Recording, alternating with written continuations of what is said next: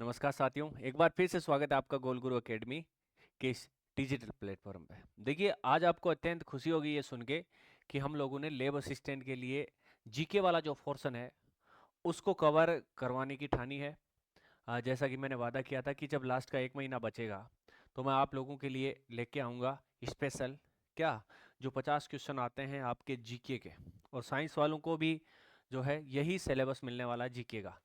तो ये डबल फायदा है भाई, सिंगल धमाका और डबल फायदा। कैसे? ज्योग्राफी लैब असिस्टेंट वाले भी इसको पढ़ सकते हैं। इसके अलावा जो लैब असिस्टेंट की तैयारी कर रहे हैं साइंस से, उनके लिए भी ये सेम ही सिलेबस है जीके वाला। इसके अलावा राजस्थान का कोई भी यदि आप एग्जाम देते हैं और उसमें ये टॉपिक है तो वहां आपके लिए बहुत ज्यादा ये महत्वपूर्ण हो जाएगा, क्योंकि सारा जो टॉपिक पढ़ रहे हैं उसको A to Z upon cover करेंगे। किस तरीके से कवर करेंगे? पहले लेंगे सवाल, उसके बाद उसके ऑप्शन, मतलब ऑब्जेक्टिव सवाल होगा, और नीचे उसकी व्याख्या देखेंगे। जहां समझने की जरूरत होगी वहां मैं आपको समझा दूंगा। बाकी एक क्विक रिवीजन है और सुपर फास्ट रिवीजन रहने वाला है, तो जल्दी से अपन इसको संपन्न करने का प्रयास करेंगे। ये आप लोगों के लिए रिवीजन है, और जो नए बच्चे हैं उनके लिए भी ये रामबाण साबित होगा। देखिए, करना क्या होगा, ये क्लास रेगुलर तभी रहेगी जब आपका अच्छा रेस्पॉन्स होगा, क्योंकि हम सब्जेक्ट वाला पोर्शन कवर करवा रहे हैं, तो उसमें भी पीडीएफ तैयार करने में, क्लास लेने में बहुत ज़्यादा समय लगता है। उसके अलावा हमें ड्यूटी भी जाना पड़ता है और हमारे कुछ घरेलू काम भी होते हैं, मतलब टाइम बहुत कम मिल पाता है। उस टाइम में भी आप लोगों के लिए ये और नया मैटर तैयार करके इसकी क्लास लेना हमारे लिए खांडे की दार है भाई। ठीक है? तो ये खांडे की दार वाली बात तब ज़्यादा महत्व नहीं रखेगी जब आपका अच्छा रेस्पॉन्स होगा। और बिल्कुल बहुत शानदार कंटेंट है, तो मैं पूरी उम्मीद करता हूँ कि आपका अच्छा रेस्पॉन्स होगा। प्रत्येक अभ्यर्थी की ये जिम्मेदारी है, इस क्लास को ज़्यादा से ज़्यादा आप शेयर करेंगे। राजस्थान के प्रत्येक स्टूडेंट तक ये क्लास अपनी पहुंचनी चाहिए भाई। ठीक है? और जो लैब असिस्टेंट भूगोल की तैयारी कर रहे हैं वो सब्जेक्ट के लिए रेगुलर अपने इस चैनल पर बने रहे। प्ले स्टोर से जाके गोल गुरु अकेडमी नामक जो अपना एप्लीकेशन है उसको डाउनलोड कीजिए, और 151 रुपये में आपको वहाँ टेस्ट सीरीज मिल रही है, वो ले लीजिएगा और अपनी तैयारी को और ज़्यादा मजबूत कीजिएगा। इसके अलावा मार्केट में जो अपनी दो किताबें चल रही है, एक थ्योरी की, एक ऑब्जेक्टिव। ऑब्जेक्टिव जो किताब है वो रामबाण है ही। इसमें पूरा सिलेबस कवर किया गया, एनसीईआरटी प्लस आरबीएससी और जो एक्स्ट्रा मैटर जहां से एग्जाम में सवाल बन सकते हैं। उसके अलावा थ्योरी वाला पार्ट, थ्योरी जो है एनसीईआरटी और आरबीएससी का निचोड़ है, वो थ्योरी वाली। ये और ये ऑब्जेक्टिव दोनों किताबें लेब असिस्टेंट के लिए भी बहुत ज्यादा महत्वपूर्ण है, जिसको आप 15 दिन में कवर कर सकते हैं। इसके अलावा फर्स्ट ग्रेड के लिए भी बहुत ज्यादा इंपॉर्टेंट है भाई। ठीक है? तो फिलहाल अपन बात करते हैं जीके वाले पोर्शन की। आज अपना पहला टॉपिक रहने वाला राजस्थान की जो इतिहास है उसको अपने पास जानने के लिए क्या क्या स्रोत है, क्या क्या स्रोत है कि जिससे अपने को पता चले कि ये राजस्थान का ये इतिहास रहा है, उसके बारे में अपन बात करेंगे। शिलालेख पढ़ेंगे, ताम्रपत्र साहित्य जो भी है, साहित्य की जो है रचनाएं, इसमें अपन एक अलग से मैं छोटी क्लास लेके आ जाऊंगा, और पुरातात्विक स्रोत इसके बारे में अपन देखेंगे। देखिए, पहला सवाल लेते हैं। पहला सवाल है, देखिए सारा जो है एक ही स्लाइड में मैंने इसलिए रखा है क्योंकि अपने पास अब लास्ट टाइम में 1 महीना बचा है, तो मैं ज्यादा आप लोगों का टाइम नहीं लूंगा कि भाई हाँ ये सवाल है, चलो चलो चलो बताओ रे, बताओ क्या होगा इसका आंसर। मतलब एक एक के सवाल में अपन 4 4 5 5 मिनट खराब नहीं करेंगे। राजस्थान का सबसे पुराना शिलालेख कौन सा है? देखो, राजस्थान में जो है सबसे पुराने शिलालेख की बात करें तो ये है आपका बर्ली शिलालेख। बहुत बार एग्जाम में पूछा गया है, बहुत बार एग्जाम में पूछा गया है। जो कितना पुराना है, 443 ईसा पूर्व का है। और कहाँ का है? ये अजमेर, अजमेर के बड़ली गांव में बिलोत माता के मंदिर से मिला है। कौन सी माता? बिलोत माता के मंदिर से मिला है। आजकल देखिए आरबीएससी हो चाहे चयन बोर्ड हो, किसी भी प्रकार से सवाल पूछ सकते हैं, तो सारा मैटर कवर करेंगे। बड़ली राजस्थान का सबसे पुराना शिलालेख 443 ईसा पूर्व का है। कहाँ मिला? अजमेर के बड़ली गांव में मिला। कौन सी माता के मंदिर के पास से? बिलोत माता मंदिर के पास से। खोजा किसने था भाई? पंडित गौरी शंकर हीरानंद ओझा। पंडित गौरी शंकर हीरानंद ओझा। आप इनका जन्म स्थान बताओगे कि इनका जन्म स्थान कहां पर हुआ था, क्योंकि इनका जन्म स्थान भी एग्जाम में पूछा गया है। ठीक है? इनके द्वारा खोजा गया था। ये राजस्थान का सबसे पुराना है और भारत का दूसरा सबसे पुराना है। कमेंट बॉक्स में बताओ भारत का सबसे पुराना कौन सा है। देखो, इसकी लिपि कौन सी है? ब्राह्मी लिपि है। कौन सी लिपि है? ब्राह्मी लिपि है। ये मध्यमिका चितौड़ में जैन संप्रदाय के प्रचलन की जानकारी देता है कि मध्यमिका में जैन संप्रदाय का प्रचलन था। तो पहला सवाल है, बहुत सारे टॉपिक अपन ने कवर किए हैं इसमें। बर्ली में जो कुछ भी है 443 ईसा पूर्व, अजमेर बिलोत माता के मंदिर के पास से खोजा किसने था? पंडित गौरीशंकर हीरानंद ओझा, राजस्थान का सबसे पुराना ब्राह्मी लिपि। और ये जानकारी देता है कि मध्यमिका जो है वहां पर जैन संप्रदाय का प्रचलन था। पहला सवाल इस प्रकार अपन 40 सवाल कवर करेंगे और लास्ट में क्विक रिवीजन करेंगे कि कौन सा शिलालेख कहां से मिला है, कौन सी प्रशस्ति कहां से मिली। अगला सवाल, बर्ली शिलालेख की लिपि क्या है? तो अभी अपन ने देखा कि ये ब्राह्मी लिपि है। कौन सी लिपि है? ब्राह्मी लिपि है और पंडित गौरी शंकर हीरानंद ओझा ने इसको खोजा था। बर्ली शिलालेख किस धर्म से संबंधित जानकारी देता है? तो अपन ने पढ़ा था कि ये मध्यमिका में जैन धर्म की जानकारी देता है। ये बताता है कि मध्यमिका चित्तौड़ में जैन संप्रदाय प्रचलित था। ये राजस्थान में जैन धर्म की प्राचीनता का प्रमाण है भाई। तो जैन धर्म, ब्राह्मी लिपि, अजमेर 443 ईसा पूर्व, बर्ली, किलोत माता, ये सारे जो है किससे संबंधित है? बर्ली राजस्थान का सबसे पुराना शिलालेख। अगला सवाल, बैराट से प्राप्त शिलालेखों की संख्या कितनी थी? देखो बैराट से जो है कितने शिलालेख मिले अपने को? 2 शिलालेख मिले। बैराट कहाँ है? जयपुर में। बैराट कहाँ है? जयपुर में। वर्तमान में कौन से जिले में आ गई भाई? बैराट। बाणगंगा नदी जहां से निकलती है वही बैराट की पहाड़ी है। यहाँ से 2 शिलालेख मिले भाई। देखो कितने शिलालेख? 2। एक तो बीजक की पहाड़ी से मिला। कब मिला? 1837 ईस्वी में। किसने खोजा था? कैप्टन बर्ट ने। किसने? कैप्टन बर्ट ने। बर्ट बोले तो बीजक, बीजक पहाड़ी पर किसने? कैप्टन बर्ट ने। कब? 1837 में। दूसरा कौन सी डूंगरी? भीम की डूंगरी। अरे भीम डूंगरी, बीजक की पहाड़ी, है ना? ये कहां पर है? आपके बैराट में है। तो भीम डूंगरी में 1871 में, मतलब इसके बाद, बीजक के बाद भीम खोजा गया था। और ये किसने खोजा था? कार्लाइल ने। किसने? कार्लाइल ने या कलाइल ने इसको खोजा था भाई। ठीक है, तो दोनों के दोनों है बैराट में मिले हैं। एक तो बीजक पहाड़ी, दूसरा भीम डूंगरी।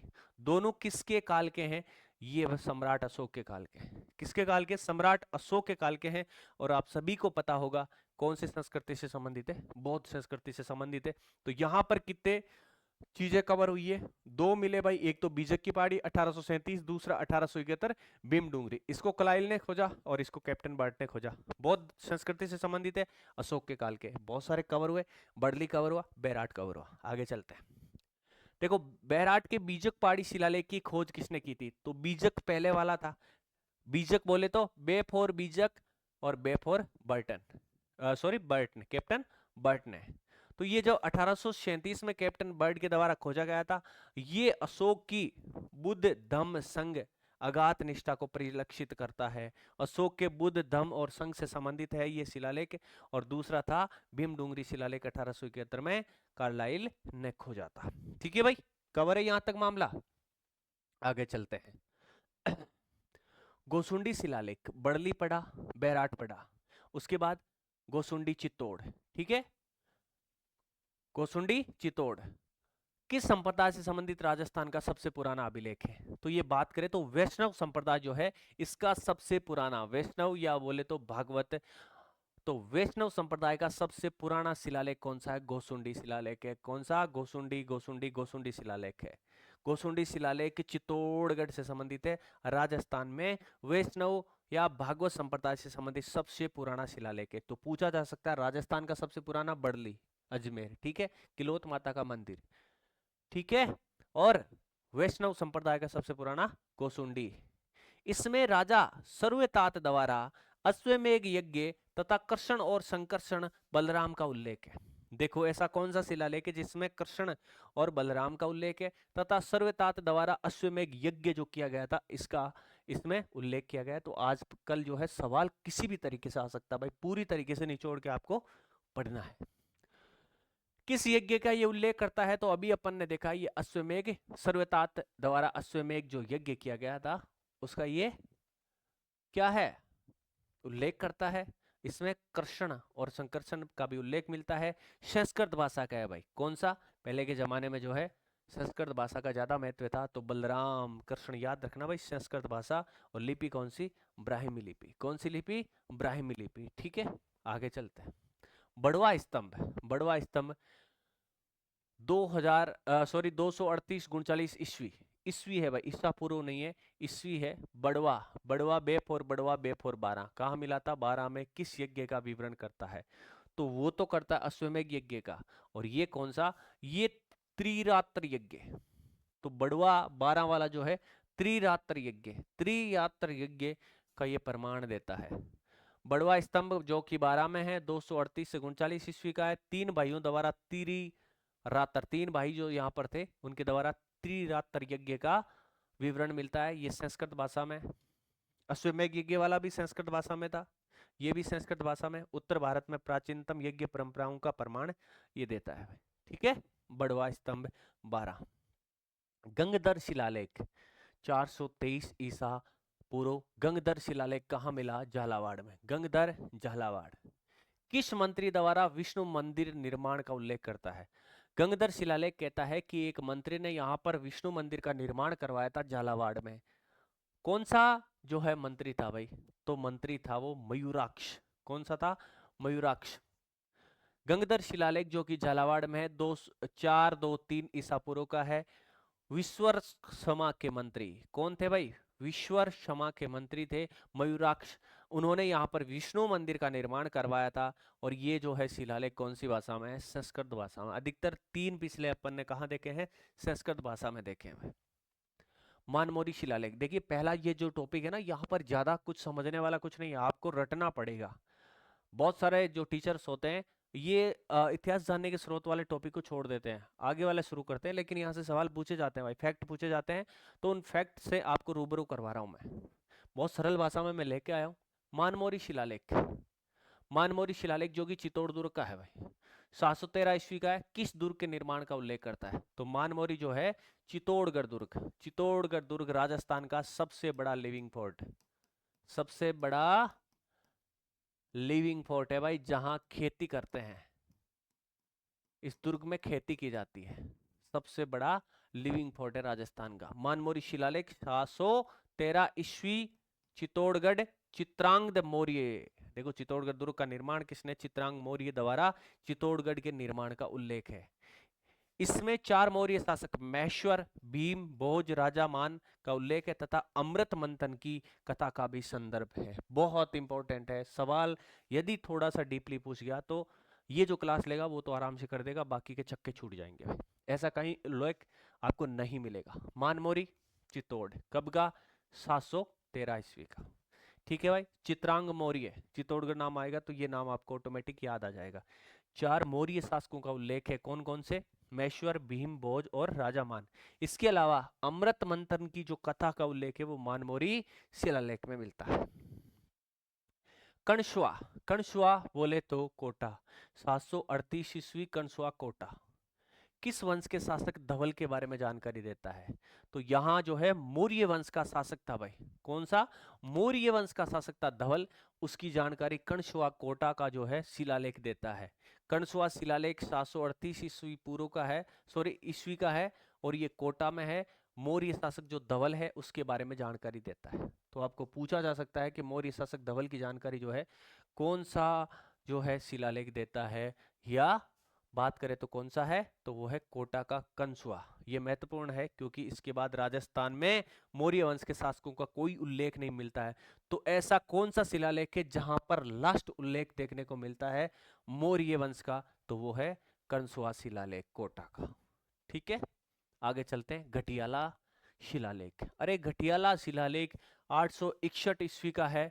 कहाँ का है? जोधपुर का है। में किस वंश के संस्थापक का उल्लेख है? तो बिल्कुल बात करें तो आप बता दोगे घटियाला जोधपुर, और जोधपुर नाम आते ही आप क्या करोगे? प्रतिहार वंश। क्या करोगे? प्रतिहार वंश। प्रतिहार वंश हरिश्चंद्र, राजा हरिश्चंद्र। घटियाला अभिलेख 861 ईसा पूर्व में हरिश्चंद्र नामक ब्राह्मण का उल्लेख है जिसे प्रतिहार वंश का संस्थापक माना जाता है। तो प्रतिहार वंश का संस्थापक कौन था भाई? ये था आपके हरिश्चंद्र। ये प्रतिहार वंश की राजनीतिक, सामाजिक और धार्मिक नीतियों की जानकारी देता है। तो कौन सा है? घटियाला। कौन सा है? घटियाला अभिलेख जोधपुर का। ग्वालियर परिस्थिति मध्य प्रदेश में वर्तमान में यदि बात करें तो 880 ईस्वी किस गुर्जर प्रतिहार शासक के समय खोदी गई थी भाई? तो बात करें ग्वालियर परिस्थिति है मिहिर भोज। कौन? मिहिर भोज, मिहिर भोज के बारे में डिटेल से अपन जब हिस्ट्री पढ़ेंगे ना तब लेंगे। अभी यहाँ पर इतना सा है इतिहास जानने के स्रोत, एक छोटी सी क्लास जिसमें जो है साहित्य से संबंधित मैटर और लेके आऊंगा, सारी चीजें कवर कर लेंगे अपन। मिहिर भोज की बात करें तो ग्वालियर प्रशस्ति 880 ईस्वी गुर्जर प्रतिहार के बारे में जानकारी देता है।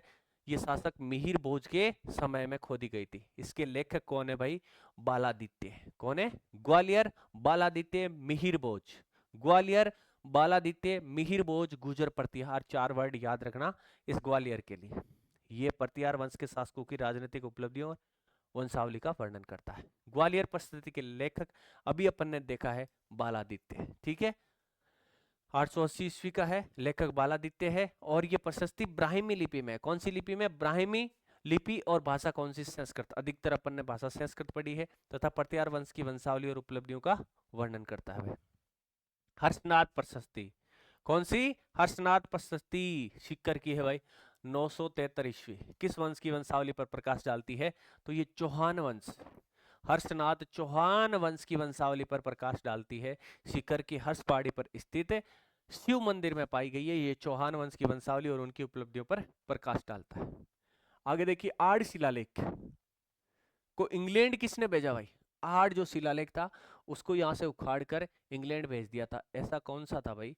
ऐसा था आपके colonel James Tod, Rajasthan history के जनक। The annals and activity of Rajasthan, पश्चिमी भारत की यात्रा, इन्होंने 2 ग्रंथ लिखे थे।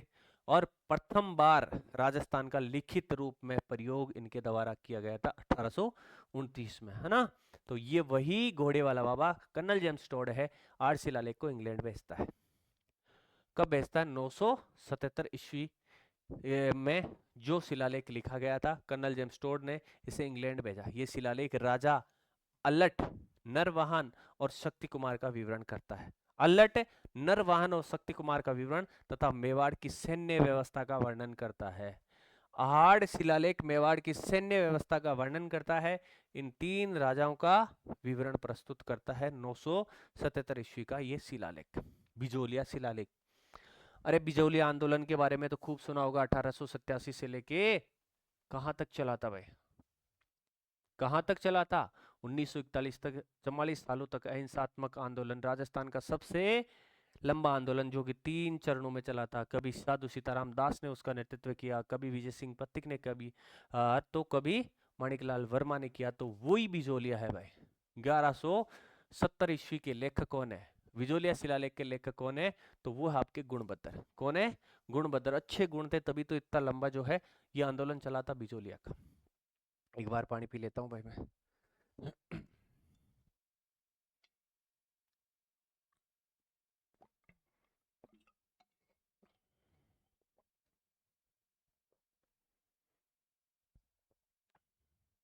गुणभद्र, बिजोलिया शिलालेख 1170, ठीक है। गुणभद्र इसके लेखक है। ये जैन श्रावक लोलाक, लोलाक द्वारा बिजोलिया के पार्श्वनाथ मंदिर के पास खुदवाया गया था।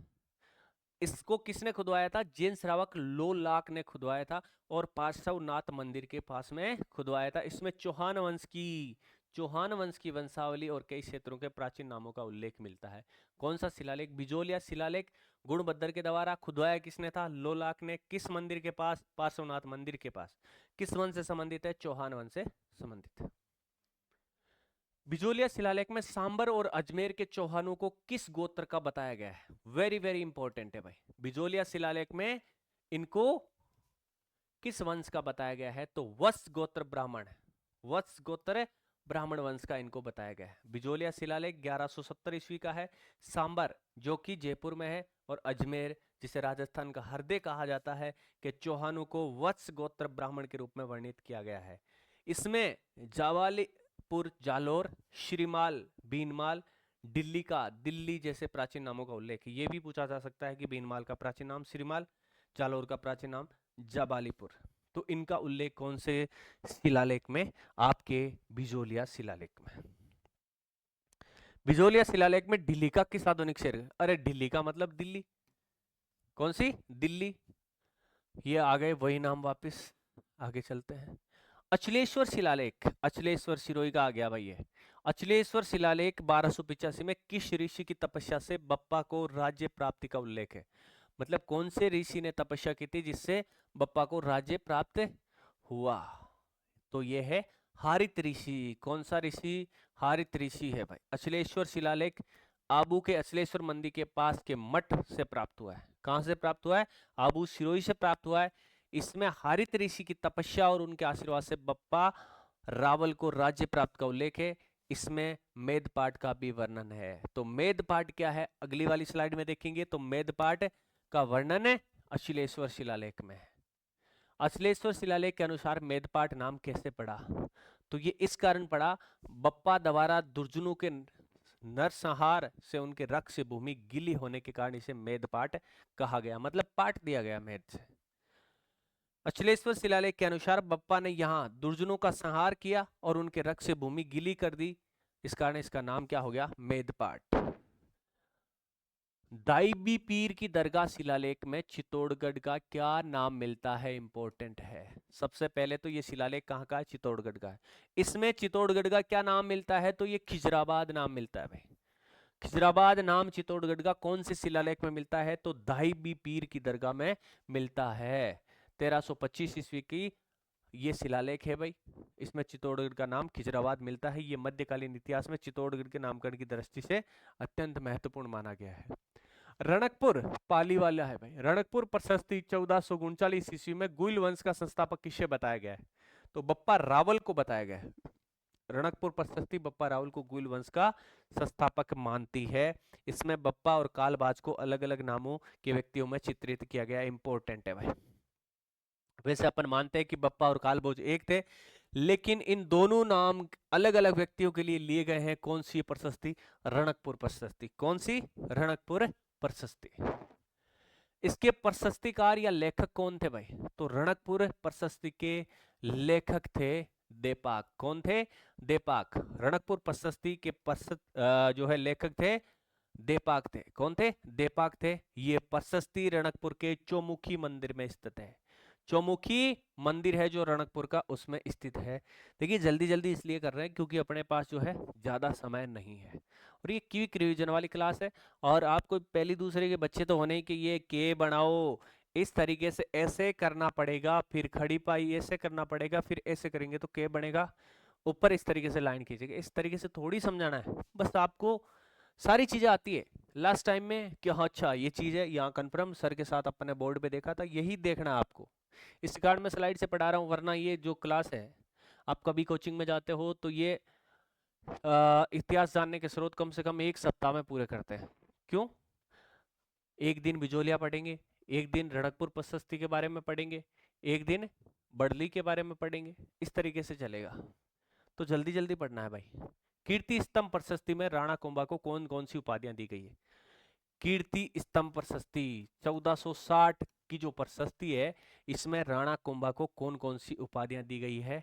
तो कीर्ति स्तंभ प्रशस्ति में कुंभा को दान गुरु, राजगुरु और शैल गुरु कहा गया है। देखो दान गुरु दान देने वाला, राजगुरु सबका राजा, शैल गुरु। कीर्ति स्तंभ प्रशस्ति में राणा कुंभा की उपाधियां बताई गई है। इसमें कुंभा द्वारा लिखी गई पुस्तकें भी, सबसे पहले तो कुंभा ने कौन कौन सी पुस्तकें लिखी और इन पुस्तकों का उल्लेख कौन सी प्रशस्ति में? कीर्ति स्तंभ प्रशस्ति में।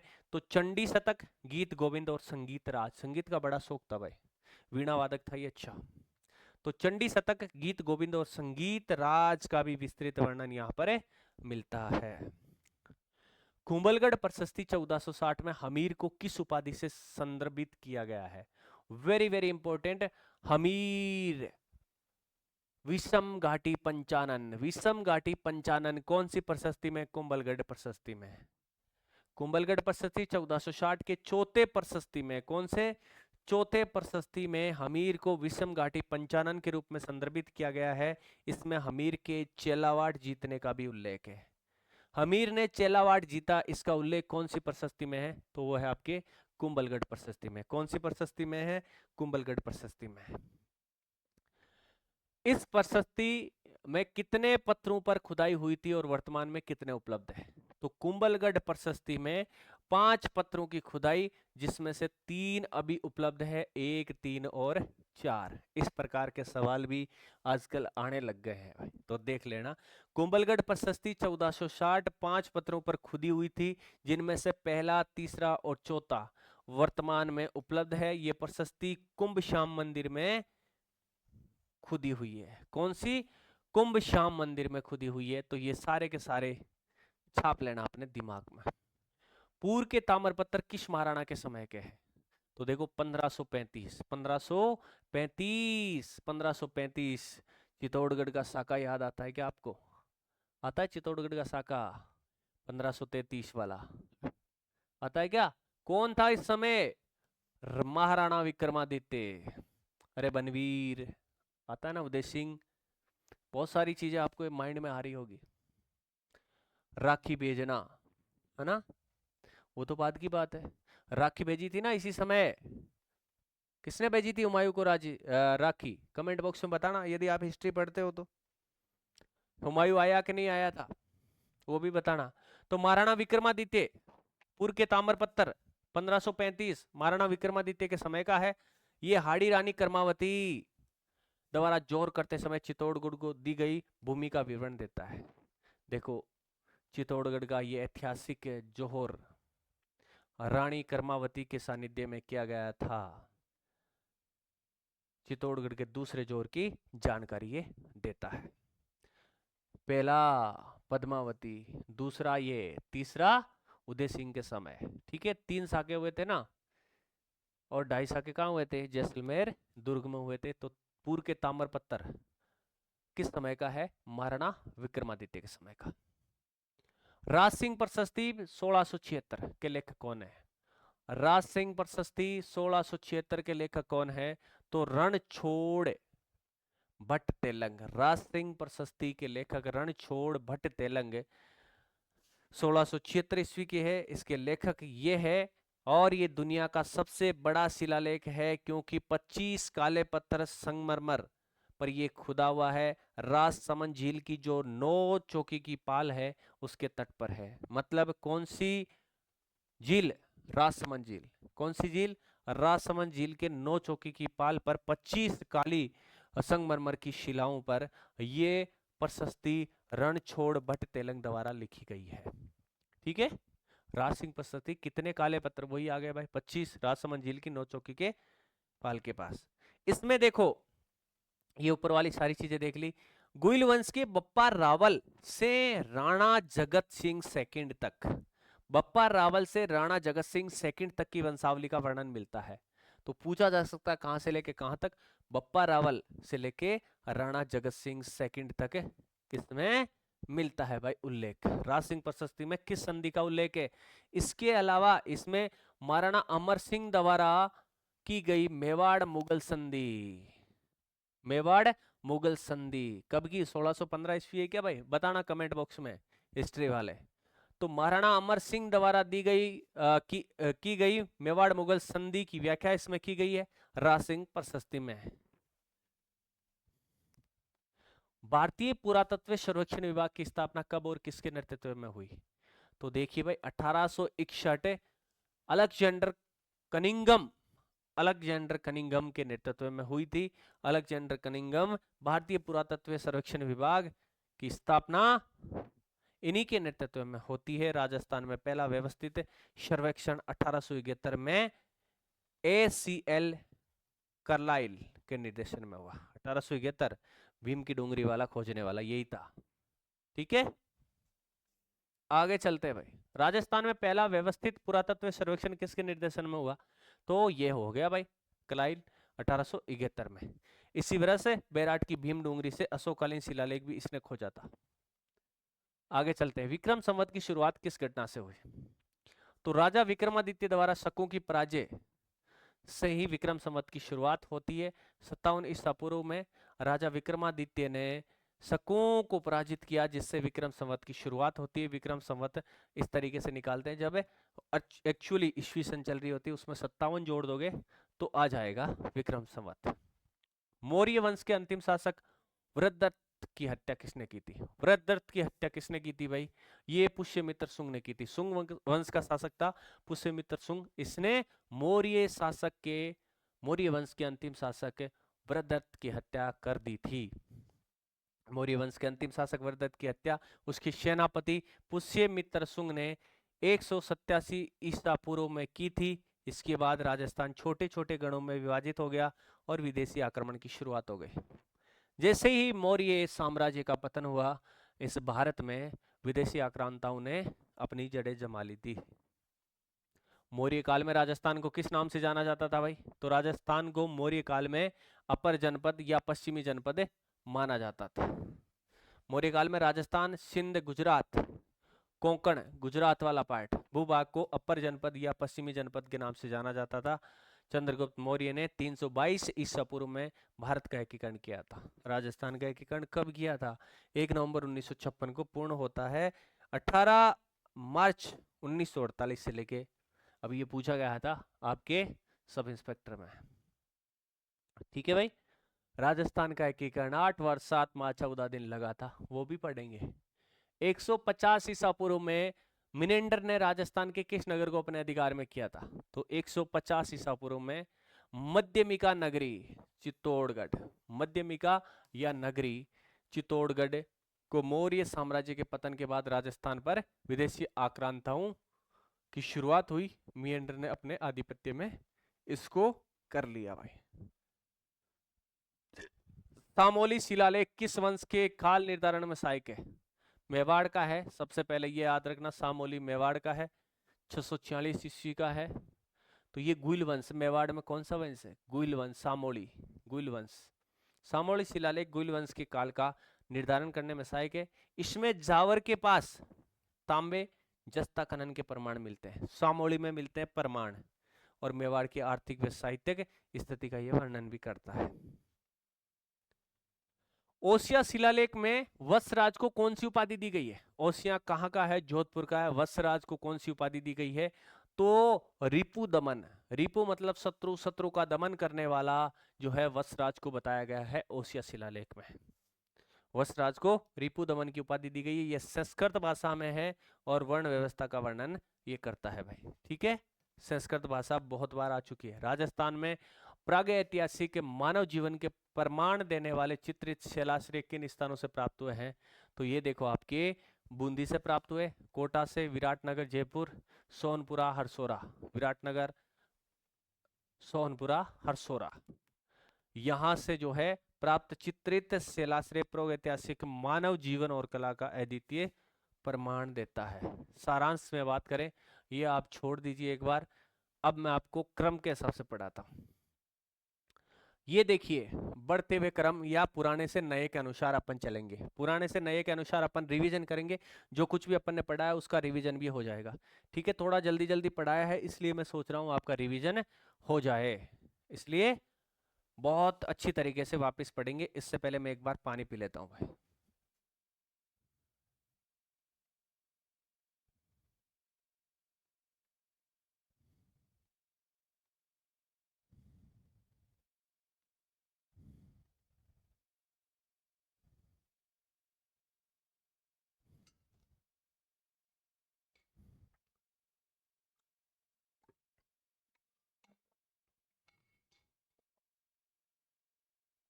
देखिए, इस टॉपिक में ज़्यादा कुछ समझाने वाला कुछ था नहीं, फैक्ट थे, इसलिए मैंने फैक्ट को ऑब्जेक्टिव में अच्छी तरीके से व्याख्या सहित आपको समझाकर सामने रखा है। तो निश्चित तौर पे आपको फायदा हुआ होगा, और जिनको थोड़ा कम फायदा हुआ है वो अगली 3-4 स्लाइड देख के वापस फायदा पूरा ले सकते हैं। बड़ली शिलालेख कहाँ का है? अजमेर, बड़ली गांव, किलोत माता का मंदिर, राजस्थान का सबसे प्राचीन, राजस्थान का सबसे प्राचीन शिलालेख। बैराट, बीजक की पहाड़ी, बीजक की पहाड़ी पता है आपको? बर्ट, कैप्टन बर्ट के द्वारा खोजा गया था। ठीक है, जयपुर बैराट में 1837 में। ये 1871 में बैराट शिलालेख भीम डूंगरी खोजा गया था। ठीक है, जयपुर बैराट में क्लाइव के द्वारा 1871 में। गोसुंडी शिलालेख, कौन सा? गोसुंडी शिलालेख कहाँ पड़ा था? चित्तौड़गढ़ में। नंदसा यूप स्तंभ, ये नहीं आया था भाई, नंदसा यूप स्तंभ ये कहां पर है? भीलवाड़ा में। नंदसा यूप स्तंभ, नंदसा नंदसा नंदसा भीलवाड़ा, नंदसा भीलवाड़ा। बरनाला यूप स्तंभ ये भी नहीं आता, कहां पर है? जयपुर में। बरनाला यूप स्तंभ जयपुर, बरनाला जयपुर, बरनाला जयपुर। बड़वा 12, बड़वा 12 आया था। गंगधर शिलालेख झालावाड़ आया था। गंगधर शिलालेख झालावाड़ आया था। नगरी चित्तौड़गढ़ आया था। भरमर माता, अरे प्रतापगढ़, भरमर माता प्रतापगढ़, भरमर माता शिलालेख प्रतापगढ़। बसंतगढ़ सिरोही आपको आसानी से याद आ जाएगा। सामोली भी अपन ने पढ़ा था। सामोली मेवाड़, जस्ता तांबा के जो है यहाँ से अपने को उल्लेख मिलते हैं। सामोली मेवाड़। नदी गांव शिलालेख मेवाड़ में, नदी गांव मेवाड़। मंडोर शिलालेख जो है जोधपुर आ गया, बावड़ी वाला।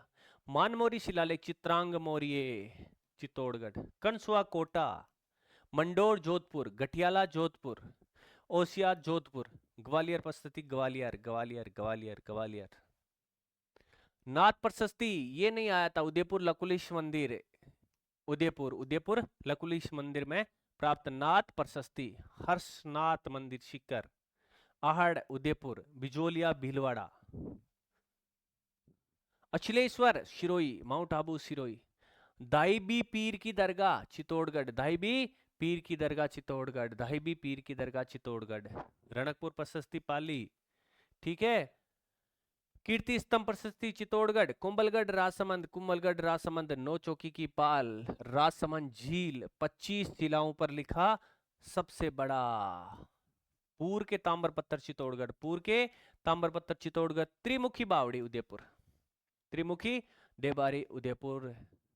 राज सिंह प्रशस्ति, राज सिंह प्रशस्ति रणछोड़ दास तेलंग, राजसमंद, राजसमंद झील, नौ चौकी की पाल। ठीक है भाई, इसी के साथ ये अपना शानदार, अच्छा कुंभलगढ़ अलग बता दिया क्या था क्या? नौ चौकी का पाल 25 शिलालेख वाला, ये कुंभलगढ़ जो है अलग है, ये नौ चौकी की पाल वाला राज सिंह प्रशस्ति है। ठीक है भाई, थोड़ा क्या है मिस प्रिंट हो जाता है कभी कभी दिमाग से। तो आज के लिए देखिए बहुत ही शानदार क्लास मैंने अपना जो है कम समय में मेरे को लगा कि आज कुछ ना कुछ लेके आना चाहिए, तो इसी के साथ आप लोगों के लिए ये क्लास मैंने शुरू करी है और इसी के साथ सारे टॉपिक पढ़ेंगे। इसमें ज़्यादा कुछ समझने वाला नहीं था, मैं बार बार कह रहा हूँ। इसमें सिर्फ और सिर्फ फैक्ट थे जिनको आपको देखना था, आंखों से रूबरू करना था कि सर पढ़ा रहे थे और इधर ये लिखे हुए थे पूर्व त्रिमुखी राज सिंह प्रशस्ति। धीरे धीरे आगे बढ़ेंगे, समझने वाला जो टॉपिक आएगा उसको समझते हुए चलेंगे और कम समय में पूरा कवर करेंगे। ठीक है भाई, आज के लिए इतना ही। धन्यवाद। जय हिंद, जय भारत।